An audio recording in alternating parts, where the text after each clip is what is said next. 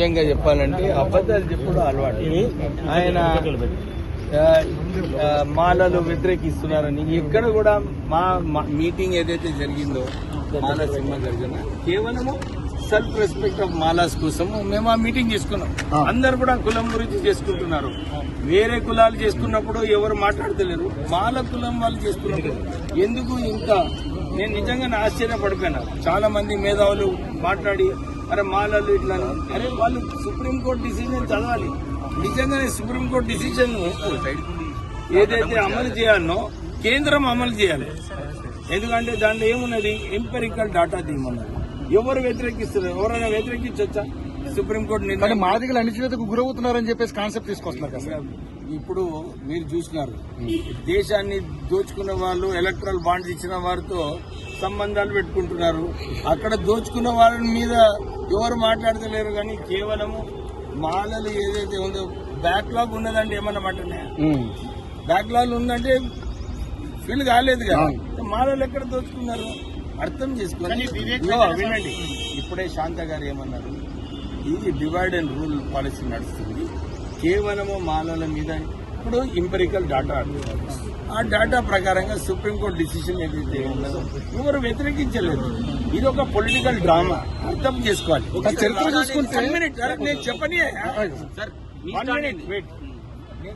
చెప్పలేదు. మీరు చెప్పింది మేము వినాలా? నేను చెప్పింది మాట్లాడు. సుప్రీంకోర్టు డిసిషన్ ఎవరు వ్యతిరేకిస్తున్నారు? అమలు చేసేవారు ఎవరు? కేంద్రం చేయాలి, రాష్ట్రాలు చేయాలి. రాష్ట్రాలు చేసుకోవచ్చని చెప్పినారు. ఉద్యోగాలు ఎక్కున్నాయి, సెంట్రల్లో ఉన్నాయి, స్టేట్ లో ఉన్నాయి. అదే మోడీ గారు ఆల్రెడీ అనౌన్స్ చేస్తున్నారు. ఇది బీజేపీ ఎజెండా ఉంది. బీజేపీ ఎజెండాని కూడా వీళ్ళు కూడా గుర్తించాలి. కాంగ్రెస్ వాళ్ళు కొందరు చెప్తున్నారు. నేను ఇదే అప్పీల్ చేస్తున్నాను, ఈ ట్రాప్ లో పోవద్దు. ఇది ఒక రాజకీయం. ఏదైతే చర్చ జరుగుతుందో ఇది ఒక రాజకీయం. ఎవరు మేధావులు సుప్రీంకోర్టు డిసిజన్ చదివినరా? చదివితే దాని గురించి మాట్లాడాలి. ఏముంది, దీన్ని ఎట్లా ఇంప్లిమెంట్ చేయాలి అని చెప్పి మాట్లాడుకుంటే బాగుంటుంది. దీన్ని అదే చెప్తున్నాను. నేను క్లియర్ గా ఉన్నాను. సుప్రీంకోర్టు డిసిజన్ ఏదైతే ఇచ్చిందో సెంట్రల్ గవర్నమెంట్ జాబ్స్ ఉన్నాయి, స్టేట్ గవర్నమెంట్ జాబ్స్ ఉన్నాయి. మోడీ గారు ఆల్రెడీ మాట ఇచ్చినారు. నేను కరెక్ట్ గ్రౌండ్ తో అందరు కలుసుకొని వాళ్ళిద్దరు కలుసుకొని నా తమ్ముడు అని చెప్పి ఆయన మాట ఇచ్చినాడు. దాన్ని ఎంతసేపు అయ్యా పార్లమెంట్ సెషన్ లో ఉన్నది. పోయి కాలు మొక్కి పెద్దగా కాలు మొక్కితే 2 నిమిషాలు అయిపోయే పని. దాని ప్రకారంగా చేసుకోవాలి. కానీ ఉట్టినే మాలను తిట్టడము అది సరైన పద్ధతి కాదు. నేను ఇప్పుడు కూడా చెప్తున్నా. నేను మొన్న పొద్దున్న ఒక ఇంటర్వ్యూ ఇచ్చినప్పుడు నేను ఇదే చెప్తున్నాను. మా నాన్నగారు ఒక విషయం చెప్పినారు, అది ఇంపార్టెంట్ విషయం ఇక్కడ చెప్పాలి. ఏమన్నారంటే చాలా మంది వాళ్ళని తిట్టినప్పుడు కూడా వారు ఇదే చెప్పేవారు, అరే వాళ్ళ పాపం చిన్న వ్యక్తి, నన్ను తిట్టి ఏదైనా 10 వస్తే రానియండి. దళితుల వ్యతిరేకంగా ఏమి మాట్లాడను. నేను ఎవరి వ్యతిరేకంగా నేను మాట్లాడా. ఎవరైనా నా మీద మాట్లాడి ముఖ్యంగా నన్ను విమర్శించి వాళ్ళు పెద్దగైతే కానివ్వండి, దళితుడే ముందుకు పోతాడు. ఎందుకంటే దళితుల సమస్యలు చాలా ఉన్నాయి. ఈ సమస్యలు కొట్లాడాలంటే అందరు కలిసి కొట్లాడినప్పుడే. ఎందుకంటే ఆర్థికంగా ముందుకు రావాలి. చాలా మందికి సబ్సిడీలు రావటం లేదు. చాలా మందికి ఇప్పుడు కూడా కుల వివక్ష ఉంది. దాన్ని కొట్లాడేది అవసరం ఉన్నది. అందరు కలిసినప్పుడే మనం కుల వివక్ష కొట్లాడచ్చు. ఈ రాజకీయం వదులుకోవాలి. ఎందుకంటే సుప్రీంకోర్టు నిర్ణయం ఇచ్చింది ఆల్రెడీ. దాన్ని ఇంప్లిమెంట్ చేయాలి.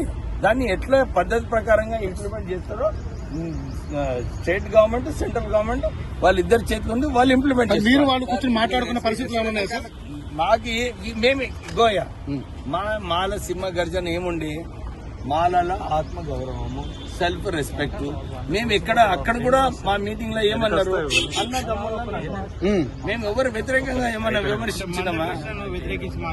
ఎవరు మాట్లాడలేదయా? అందరు కూడా ఇప్పుడు కూడా ఇగో బాబు ఎవరో ఒక్కళ్ళు ఇద్దరు మాట్లాడుతున్నారు. కానీ మెజారిటీ ఆఫ్ ద పీపుల్ ఎవరు కూడా ఎందుకు మాట్లాడినరు? వాళ్ళని తిడుతున్నారు, వాళ్ళను రోజు తిడుతున్నారు అని చెప్పి ఆవేదన ఉంటది కొందరికి. కానీ జనరలీ ఎవరు కూడా ఇప్పుడు కూడా ఏ మీటింగ్ లో కూడా మేము మొత్తం తెలంగాణలో అన్ని డిస్ట్రిక్ట్స్ తిరగడం జరిగింది. ఎక్కడన్నా మాట్లాడినామా? లేదు. మీరు చెప్పండి, నిజంగా వివేక్ వ్యతిరేకిస్తుందంటే మీరే ప్రెస్ వాళ్ళు మీరు ప్రెస్ వాళ్ళు ఏం చేస్తున్నారా? అడగాలి కదా ఆయనను. ఎక్కడే వ్యతిరేకించిండ అడిగిందా మీరు? అడిగారు మీరు రాజకీయాల క్రియాశీలంగా వాళ్ళు ఉన్నారు. మీరు కూడా కాదు సార్, మా- మేము అడిగితే వాళ్ళు ఏమంటారంటే మా ఉద్యోగాలు వాళ్ళే పట్టుకుపోతున్నారు, మా పదవులు కూడా వాళ్ళే పట్టుకుపోతున్నారు. ఇప్పుడు ఎంపెరికల్ డేటా వస్తుంది కదా బాబు. ఆయన చెప్పండి ప్లీజ్. ఇప్పుడు ఆయన మేము 80% అంటున్నాడు.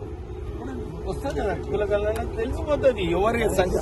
మేము సెకండ్ లార్జెస్ట్ కాస్ట్ తెలంగాణలో. మమ్మల్ని కిచ్చే పరిస్థితి అవసరం లేదు. మేము కూడా ఒక స్ట్రెంగ్త్ మాది కూడా చూపించుకోవాలి. మా జాతిని మేము కాపాడుకోవాలి. దానికోసం మేము పోరాడుతున్నాం. మేము ఎక్కడైనా వ్యతిరేకంగా మాట్లాడినామా?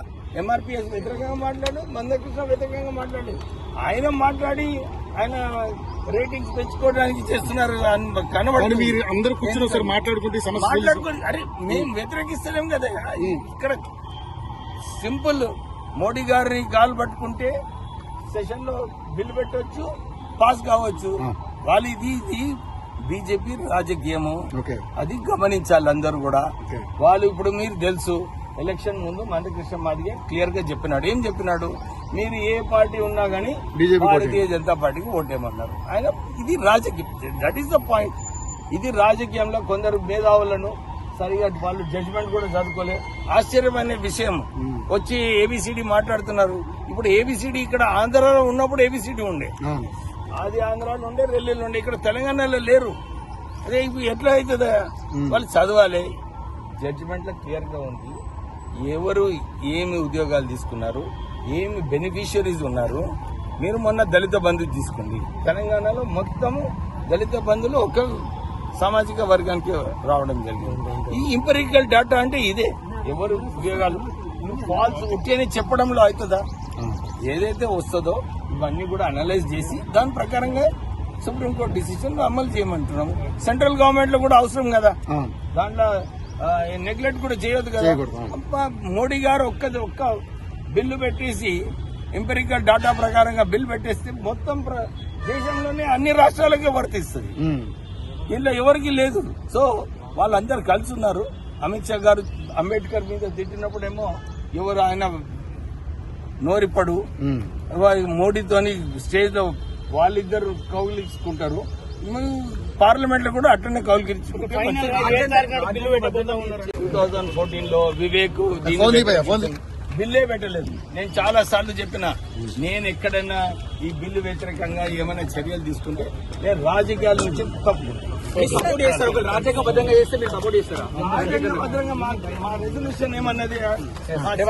సినిమా గర్జనల పాపులేషన్ వైజ్ మీరు రిజర్వేషన్స్ పెట్టండి, దాని ప్రకారంగా ఏం చేయాలో రాజ్యాంగాన్ని చేయాలి అని చెప్పి మా రెజల్యూషన్ ఉన్నది. జరగండి ఇంకా ఓనే. ఇప్పుడు ఆల్రెడీ చెప్పిన కదమ్మా ఇంతకు ముందు. నేనెందుకు తీసుకోవాలమ్మా?